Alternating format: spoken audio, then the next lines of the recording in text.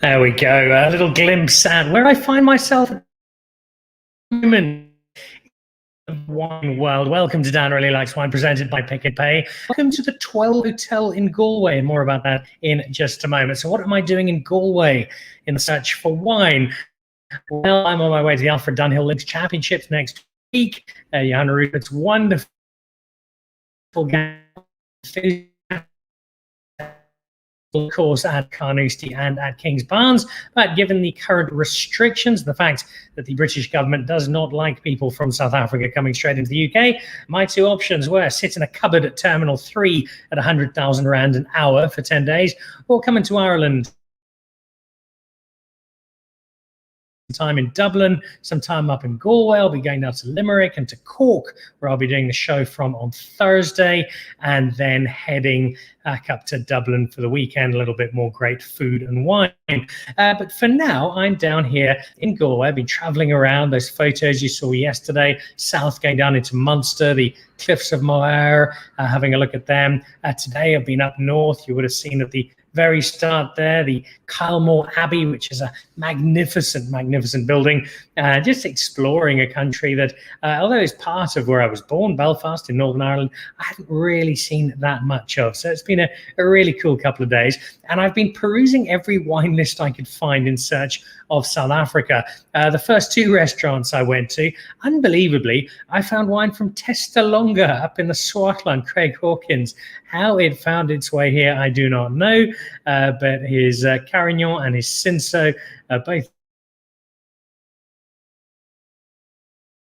food restaurant I was at last night, and they only had two South African wines on the list, both from Diemerfontein. A Pinotage, not surprisingly, a Chenin Blanc, slightly more unusually, but they couldn't give them to me because, quote, we can't bring them in because of the war, unquote. That was the waitress to me last night. I think something got slightly lost in translation. But I have found some South African wine at a little spot called the 12. It's in Barna, just outside of the city of Galway, a restaurant called the 12, and it's a splendid space, little boutique hotel that has got a great restaurant called West, which has won all manner of awards. Food in Ireland really is exceptional. It blends fresh produce with some really innovative cooking, and the results are generally a great deal of fun. And this is where I am sitting at the moment in the West, next to a large wine cellar, which includes a reasonable amount of South African wine. There's a bit of David daughters amongst the wine, and then there is wine from two particular South African estates. There is some Lismore, the Age of Grace, you can see it there, the Viognier, of which I'm enormously fond, and then there's Paul Kluwer and the Seven Flags Pinot Noir from their premium range, which I both found sitting here. So how do these wines find their way into this part of Ireland? Well, we'll talk to the winemakers to see how excited they are that these wines have in just a moment. Samantha O'Keefe from Lismore joins us. He's got an Irish connection, and so too Paul Kluwer, who takes all the credit for the wine that Andries actually makes. We'll speak to them as well in just a moment out of the Paul Kluwer team. But first, let's go to a lady who I've only ever connected with rather excitedly over email and phone calls and social media, because she has a love of South African wine and yet finds herself down here in Galway. She runs a company called In Galway. Is Eilish a very warm welcome to Dan Really Likes Wine? I'm here. Can you hear me? Loud and clear, Eilish. Lovely to have you with us. Sadly, not in Ireland. You clearly heard I was coming and disappeared up to Italy. We are. I just couldn't believe when you called me, I think only yesterday, to say you were in Galway and that you were going to do your show from Galway, which was just fantastic. But of all the times, it's the first time we have left the country in 2 years, I suppose, since pre-COVID. And so we're sorry. We're really sorry that we're not there for you. But nevertheless, I mean, the main issue here is the wonderful wines that are made in South Africa, and they're absolutely wonderful. There's such a range. the people that make the wines, all of the wines that we have from South Africa are made by people whom we admire and love very much and enjoy their company. And that's very important for me. If I don't like the people who make the wines, well, I don't really I don't bother going further with their wines. No, I don't know if that's good or bad. But it has become very much a part of our lives. We first visited South Africa in 1998. And at the time we were very privileged. We were invited to a medical conference in Cape Town. And I was studying for the WSET at the time. And so we did our bit at that time with the conference and took a few extra days and visited a number of wineries under the guidance of André Morgenthal at the time, a friend then and a friend since. And our love and I suppose our understanding and awareness of South African wine has just increases year on year. The tradition of South African wine in Ireland would be one of cheap stuff, supermarket shelves sold at rock bottom prices, which does no service for the far Cape wines. But I do feel that the place of South African wines in Ireland has come a very long way. Many of our top restaurants in Dublin and around the country in other parts, I won't mention names particularly of places, but are in general very well regarded and very well received, and it's that gives us great pleasure. Because it means then we can go back and keep supporting the industry in South Africa. And I know it's been through a very tough time, as have many other aspects of life, not just winemakers, but people in general. Many people have lost their work and their source of income, and still have mouths to feed and children to feed and all of that. But let's hope that we're coming out the other end of all of that, and we're looking forward to a new shipment coming in pretty soon from South Africa to beef up our stocks. Well, it's the support of New Elish that has really helped us around the world, and that image of South African wine as being that cheap supermarket. Big impact on that as well. And you represent some terrific wine, not just the Paul Cleaver and the Lismore we have. You've got people like De Trafford, like Thorn and Daughters sitting in your stocks. You represent the Mullineaux amongst others. So a really nice selection of wine. But you could have wine from anywhere. You've clearly got a great palate and a great love of wine. What was it about South Africa, about South African wine that tugged at that heartstring, that made you feel this is the wine, this is the country that I really want to support? Well, okay, the first winery we visited with André Morgenthal back in the day was a chap that you may have heard of. His first name is David and his surname is Trafford. And you may also know that he makes really good wine at De Trafford. And that was our first visit, and it was from there that it all started for us.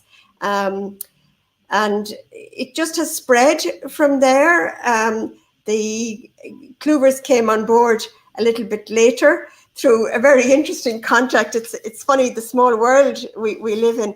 But I was working with an anaesthetist who had worked with Paul Cleaver Sr. And he used to say to me, he knew we went to South Africa because we began to go quite often, well, once a year. And he said, "Oh, but you must meet. Every time I'd come back, he'd say, "Well, did you meet Paul Cleaver?" And I said, no, we didn't. I would be a little bit reticent about that. So in the end, I felt I just had to make contact with this man whom I didn't know at all. So I rang Paul, and he said, "Oh, hi Eilish, how are you?"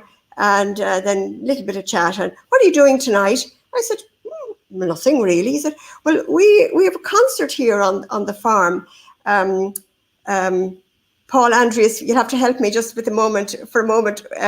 Who's this? It was the most amazing concert in the amphitheater, and he has since died. He died about 18 months ago, just before Christmas. A real rocker of a singer. It was just fantastic. And from there, the connection with Clovers came, and it's been wonderful. It's been a wonderful thing. We've enjoyed and grown the friendships over time. And Samantha at Lismore came on board more recently than that. And we visited, we had been down visiting with David Trafford down in Malchus. And when Samantha got in touch, and we've been in touch with Samantha ever since. We really admire her wines; just go so well here. They're so much loved, and she's been through a really difficult time. But Samantha will overcome. We're very confident in that, and we look forward to having her wines, her newest wines, with us very soon. And then there's the whole gang of others, from David and Nadia, from Duncan Savage, Donovan Rall. I'm going to leave out people here just because I haven't a list of them written in front of me. But there are lots of Molyneux, of course. We're very privileged to have them. We got a tip off very early on about them. John Seacombe, John's wines are just amazing. Etc. etc. There's just so many of them, and for the first time this year, Lucas van Lagerensberg, it's a big long Van Lagerensberg, his wines are coming in to join the others in the portfolio, and we can't wait to get back to South Africa. But it has to be safe and appropriate, but we would certainly hope that in 2022 we'll get back.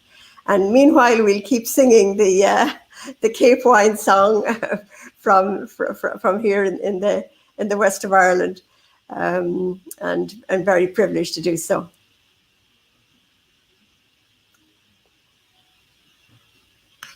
There we go. I have no doubt about that, Eilish. Let's nip over to Mr. Kluver there. Tell us a little bit, Paul, about this relationship with this wine mad South African fan in this little corner of the west of Ireland. Yeah, hi Dan. It's good to see you, and Eilish, very, very good to see you. Even though you're all the way in Italy, I'm very jealous, I must admit. It's so true. The connection was made firstly through my parents, and my father. The concert that I think you saw on the farm was with Johnny Clegg, if I remember correctly, Eilish. And sadly, he has passed away, an absolute legend. But what better way to come and visit us at Paul Kluver Wines at the amphitheater?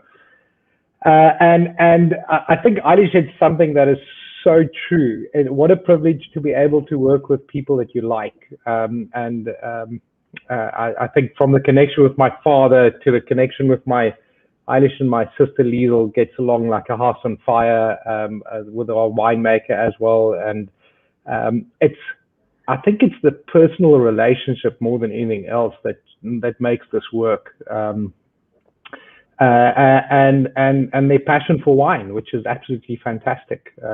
And we look forward just continuing building brand South Africa in the Irish market. You've been in the wine industry for such a long time now, the family has. You've sent wine over. Here's a bottle of, as it is today, Paul Kluver Seven Flags, sitting in a little restaurant outside of Galway on the west coast of Ireland, so far from home, and telling your story to such a different audience. Yeah, I mean, it's an absolute privilege. I mean, as you said in your intro, I take credit for the hard work that Andrews does. But I mean, the reality is such a big team of people that work together towards the success of Paul Kluwer wines.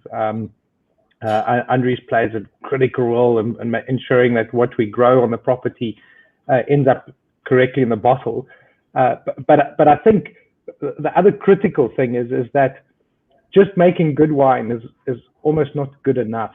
I think part of your secret to success is building the right relationships, not only in South Africa, but across the world, so that people can become ambassadors for your product and for South Africa as a whole.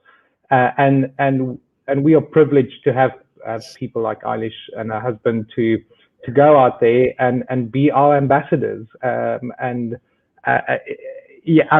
sure it must be awesome for you as a South African to be in a place where the last thing you would almost expect is some fantastic South African wines on a wine list. And hopefully that also inspires people to further support South African wines, but also to come and visit us in South Africa once we are more open and free after COVID.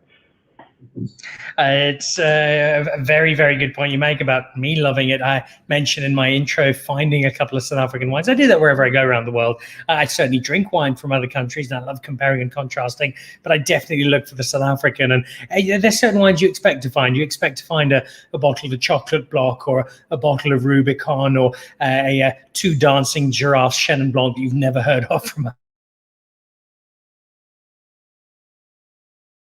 that really excites me and really puts a smile on my face. What about you, Andries, when you see your Paul Kluwer wine? Not a dissimilar question to Paul himself, but as the winemaker, knowing that with all of the troubles you've gone through, that the South African wine industry has gone through over the last 18 months, there are still pockets of the wine that you're making, putting smiles on places somewhere as far from Elgin as the outskirts of Galway.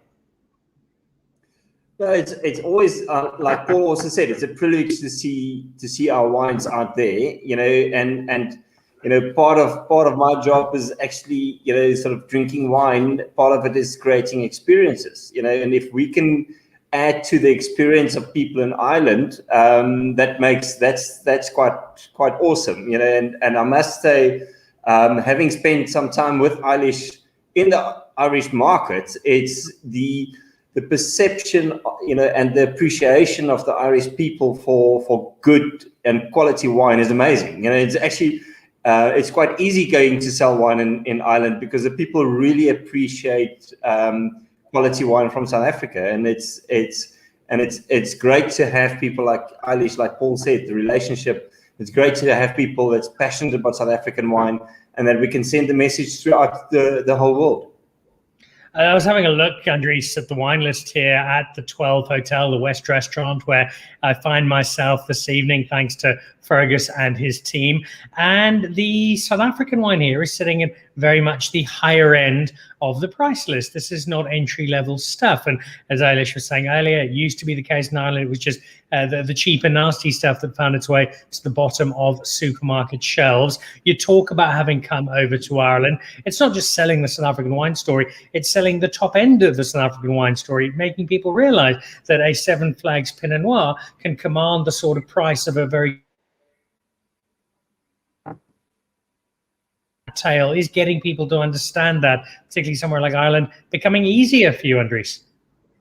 Absolutely, yeah. No, it's if you look at Burgundy and the scarcity and the prices of Burgundy, but we can offer similar quality. But even though that we're on the top end of the scale, it's still far less expensive than what you find in Burgundy, and quality on par, or if not better than entry-level Burgundy. So, and that's quite nice to see, and the same with the other wines that's in the portfolio there. And please send my regards to Fergus. I will indeed. He's been a very generous host together with Marco at the 12 today. The connection for you, Andries, with Ireland is having visited here. Samantha O'Keefe, there's a slightly stronger Irish connection. O'Keefe has got a very distinct Irish ring. Lismore has walked out of many parts of Ireland yourself. Give us the Irish connection, if you will, Sam, and a warm welcome once again to the show. Hi, Dan. Thanks so much for having me again. And it's so thrilling to actually be broadcast through via Ireland, I guess, even though I'm sitting in cold Grayton in the mountains here. You know, as you know, the O'Keeffes actually hail from County Cork. This O'Keeffe arrived in South Africa via America. I'm third generation Irish American, and I immigrated to South Africa about 20 years ago. And we still have the O'Keeffe family. My O'Keeffe family still has a very strong connection to the O'Keeffes in Cork. But ironically, I drove on to an old dairy in 2003, which had been named Lismore, going back to the 1830s. And given the Irish connection, my sons both have Gaelic names, and I thought this is definitely meant to be. And so Lismore Estate Vineyards was born. I love that because it puts us in a similar space. We've both got that strong Irish heritage, but very much enjoying wine in South Africa. It'll obviously mean a lot to you to have your wine being sold here in Ireland. There's a very strong and emotional link. Just give us a broader update. We know all the challenges that you've been through and everything of the last few years. How much wine are we seeing around the world, and how important is this Irish market to you, to Lismore? Well, as you said, Ireland's really important to me just because of my emotional connection and my family connection. I felt so honored when Eilish reached out to me and asked if she could import my wines into Ireland.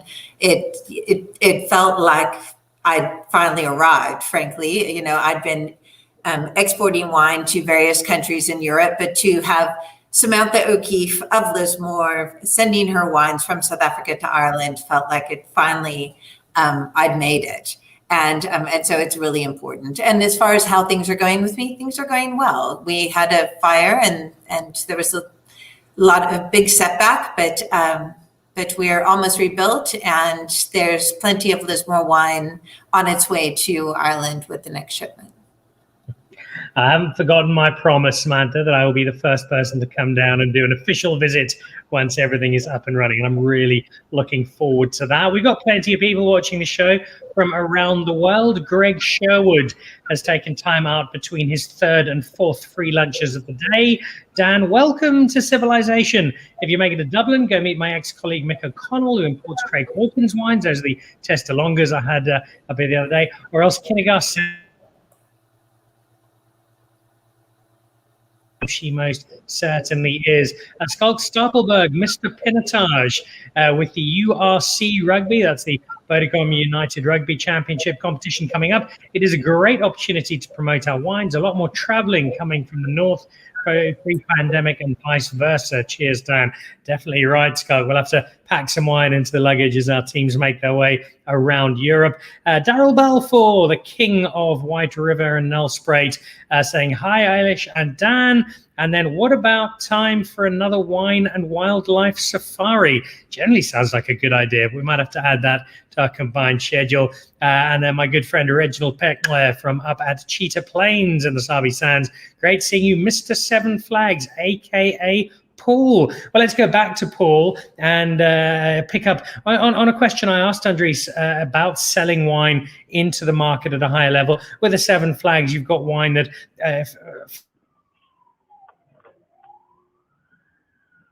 they won't get to drink very often, but gee, they'll enjoy it when they do.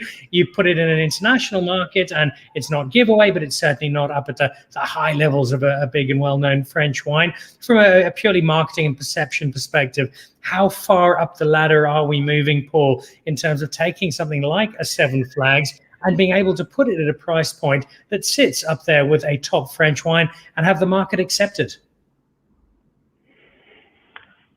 It's a good question, Dan. So, I mean, firstly, I think that South African wines, as a general rule, offers incredible value for money.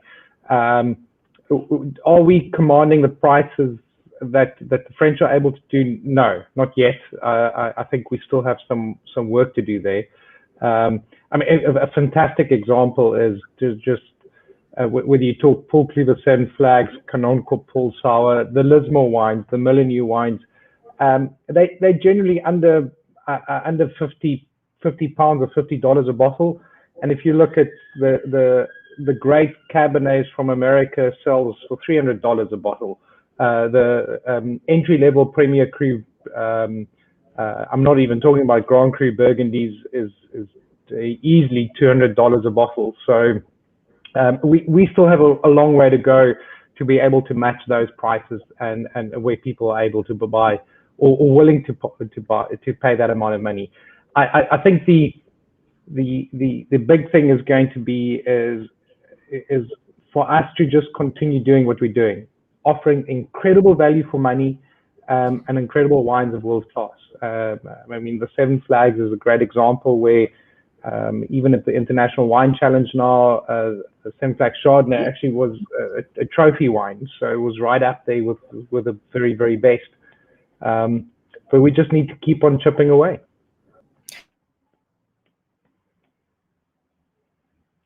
Body wax to get to. So before you do slip away, just tell me a little bit about, from your perspective, and it's a very personal one, and I want it to be that, this Seven Flags. We're drinking the 2014 here at West at the 12 Hotel in Galway. What is it about this wine that for you strikes a real chord? The amazing thing about the Seven Flags, it's an amazing sense of place. It's a wine that for me ticks all the boxes. It's got this wow feeling. It's incredible silky velvety texture on the palate. It's so Pinot Noir, unmistakably.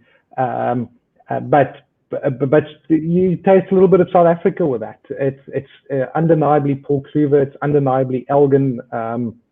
But shows you the amazingness of Pinot Noir itself. So this purity of fruit, beautiful acidity, lovely velvet texture on the palate itself, and it just transforms you, which I think is amazing. Yeah. All right, a man who loves his wine, and why not? Because it is exceptional.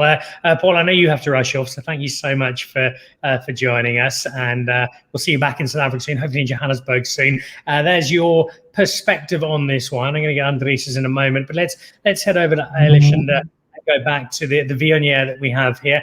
Tell us a little bit, Eilish, about why you think this wine of Sam's, this Age of Grace Viognier, is something so special.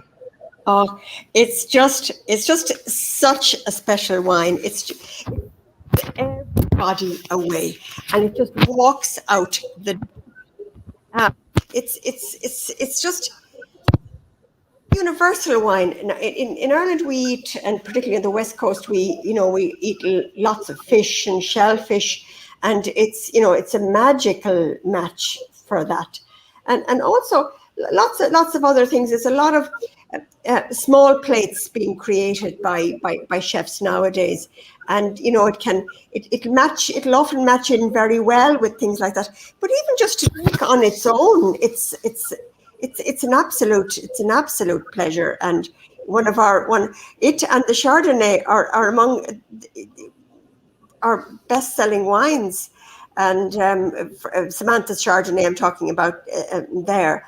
And people, the hardest thing you have to do with selling South African wine is getting it just across the line to somebody to taste it. And once they have done so, then it becomes easy.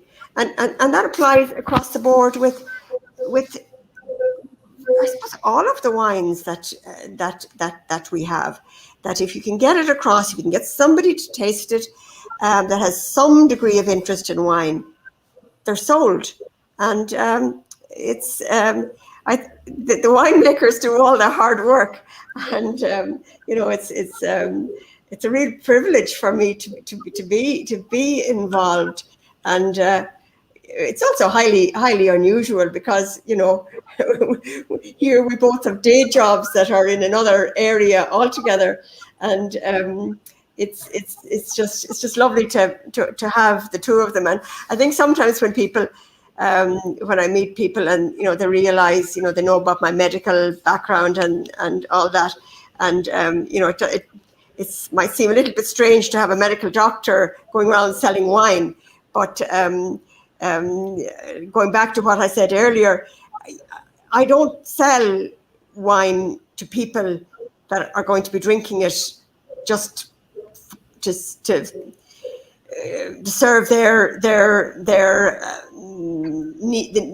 addiction needs. I mean, you know those people, just straight off, and they're not the sort of people who are going to be looking for our wine anyway. But it's it gets easy, and the word goes round. People pass the word around, and it's enriched our lives so much, and we've got to know so many people that we'd never meet through that as well.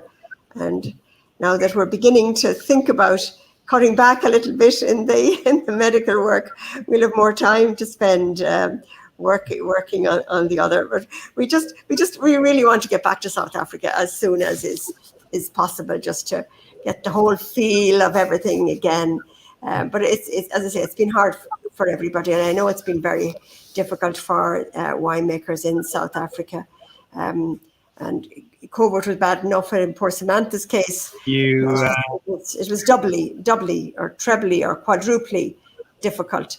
But she's a stalwart. She's absolutely great, and her two lads are just great. What do we call, Samantha? Help me. What do we call one of your boys? Oh dear. I'm stuck there. We'll jump over to Samantha and get that in just a second. I do want to pick up on your talking about this Age of Grace Viognier. We've got the wine list here at the moment from West at the 12 Hotel. Now, last night I went to a seafood restaurant in Galway. We had a very, very pleasant meal, and I had a bottle of French Viognier. And again, it was very nice. It wasn't devastatingly good, but I thoroughly enjoyed it. But it cost me €95. I now look at the Age of Grace here at the West Hotel, and it's €61 I had last night. I think that just reinforces quality and value that South African wine offers. Sam, the Age of Grace Viognier, I know it's one you are particularly fond of. What for you makes this wine work quite so well? The first thing is that the grapes come from a beautiful vineyard in Elgin with rose quartz soil. So if you can imagine pink crystalline soil growing a beautiful aromatic grape such as Viognier. And the way that I make it in what's called an oxidative style, you have this a wine that can be a bit over the top if it's made in a certain way. And I pull the wine back a bit at the juice phase. And so you have a wine that's actually very drinkable. It's still aromatic, it's still luxurious, it's still luscious, but it has lots of texture, and it is a great food wine. And, again, going back to the value that Premium South Africa offers, you're right. Even entry-level Condrio is very expensive. And so to be able to have a very serious Viognier offered at a lower price, you can't beat South Africa and our offering here across all producers. I see you've got some fans watching at the moment. Sam Grant Saul's watching on YouTube. Age of Grace is one of the best globally. It's perfumed, bold, and vibrant and smooth. Love it. And then my mum is watching up in Belfast. So lovely to see Eilish at last. Had wonderful wines for her, and hope to get down to Galway ourselves before long.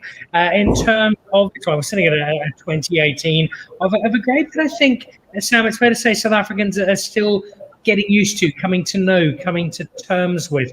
If somebody's watching this who doesn't really know the Viognier story, just expand a bit on the wine in general, what we're eating it with, how long we keep it for, why we should really make it.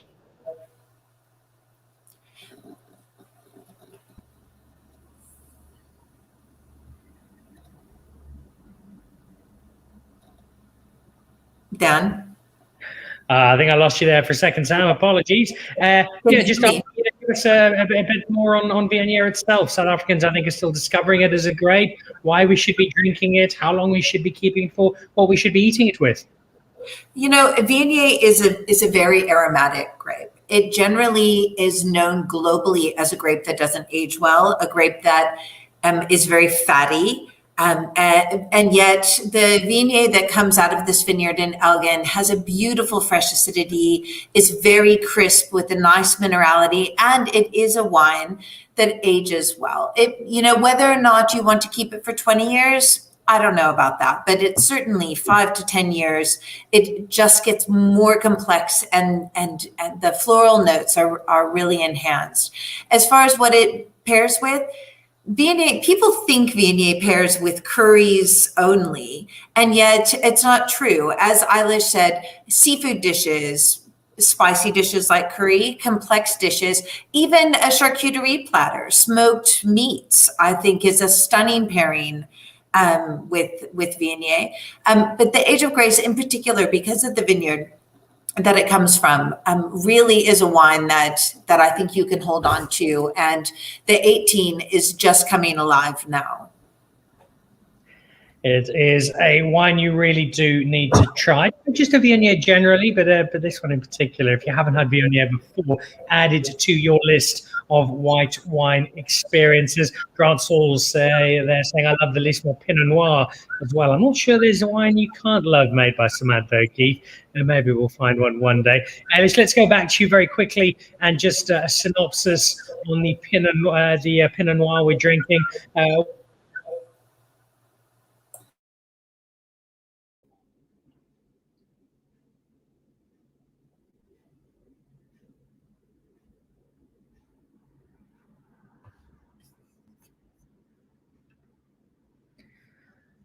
Let's try that again. I think we're having one or two little hiccups with our connection. Eilish, give us your thoughts on the Paul Kluver Seven Flags Pinot Noir. Oh, it's a fantastic wine. It's an absolutely fantastic wine.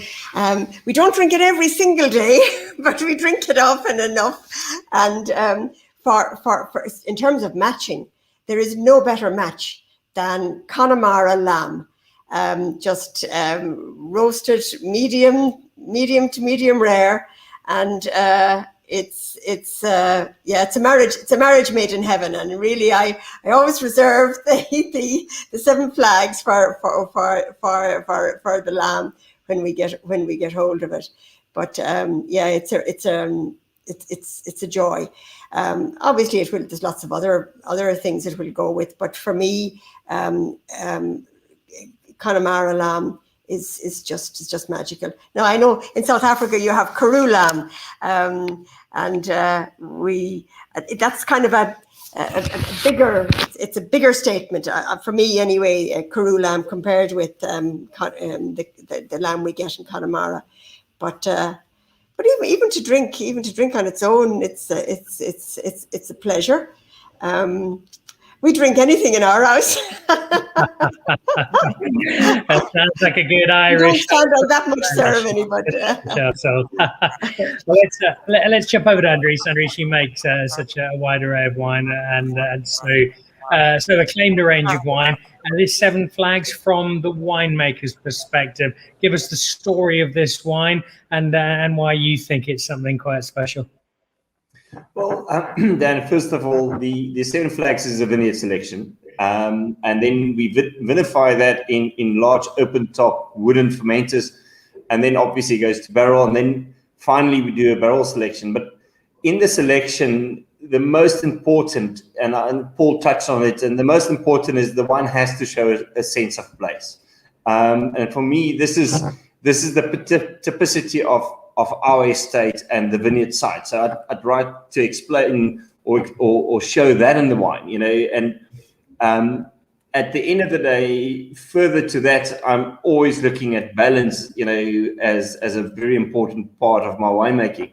And for me, sort of the nuances that you get, the floral sentiment, the fruit, the acidity, everything.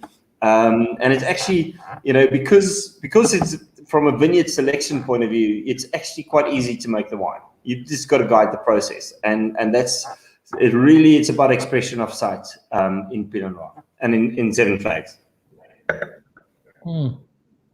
I got a mouthful of it going down so beautifully. It's just soft and lovely and quite gorgeous. Connemara lamb is on Ailish's menu. What's on yours here, Andres? Oh gosh, I probably a bit of risotto tonight. A little bit of wild mushroom risotto. It's got those earthy tones, that forest floor that's always spoken of. I think that is a terrific pairing, provided you like mushrooms, of course. Let's go back to Eilish just to wrap up what's been a really special edition of the show from the 12 Hotel just outside of Galway on the west coast of Ireland. Eilish, going forward for you, bright future for South African wine in Ireland? Oh, I think so. I think so. I have very rarely shown a wine to somebody with an interest in wine that doesn't say, "Ooh, this is nice. This is where is it from again? South Africa." Yeah. And I'll just tell you one early experience that I had.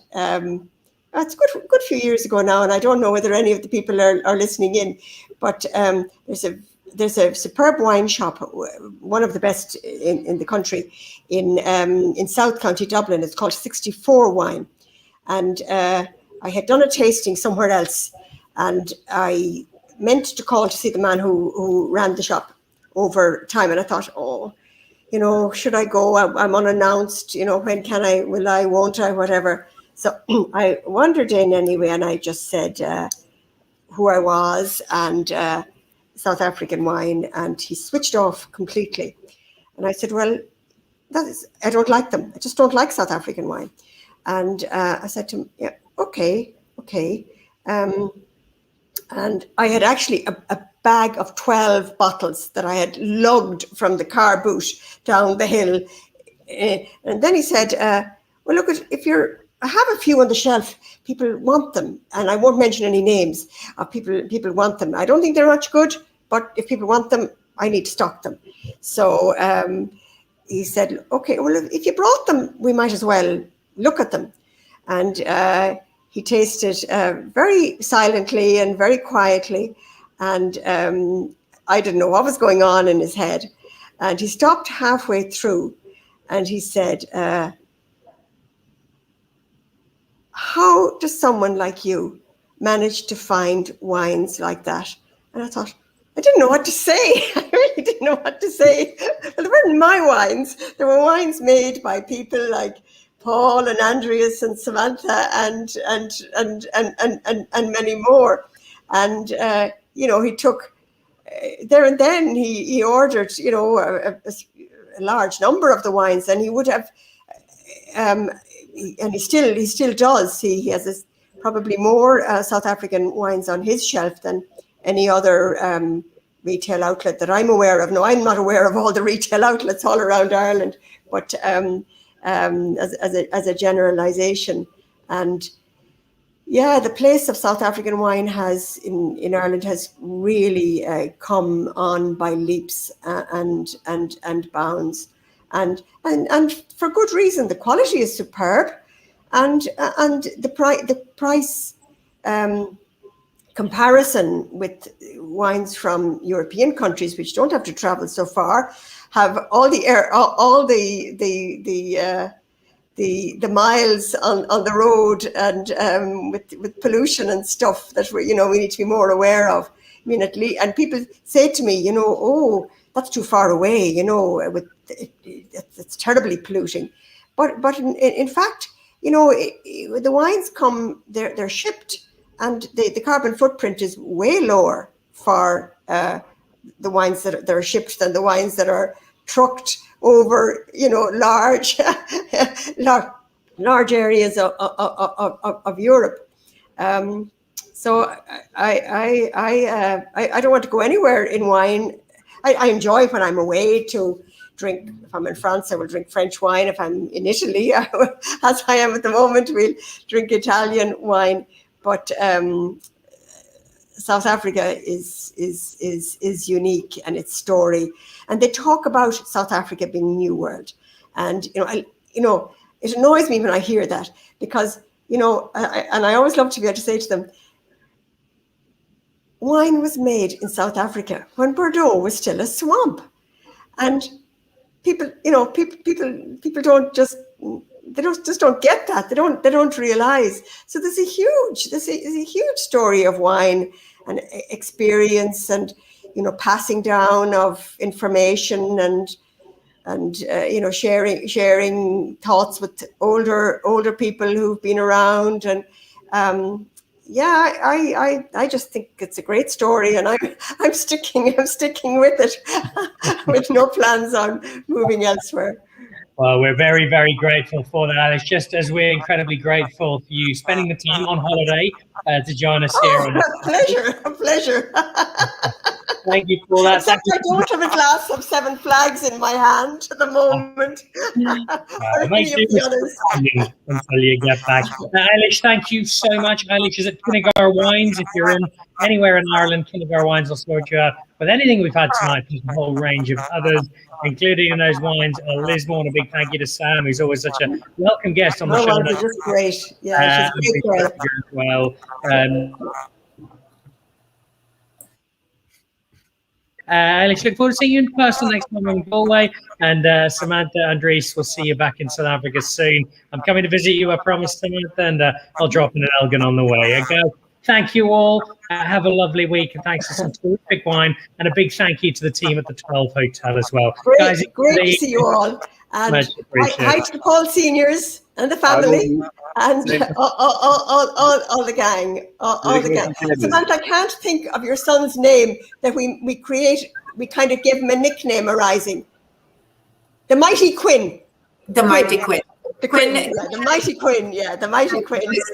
My sons are famous part of Irish history. The Mighty Quinn.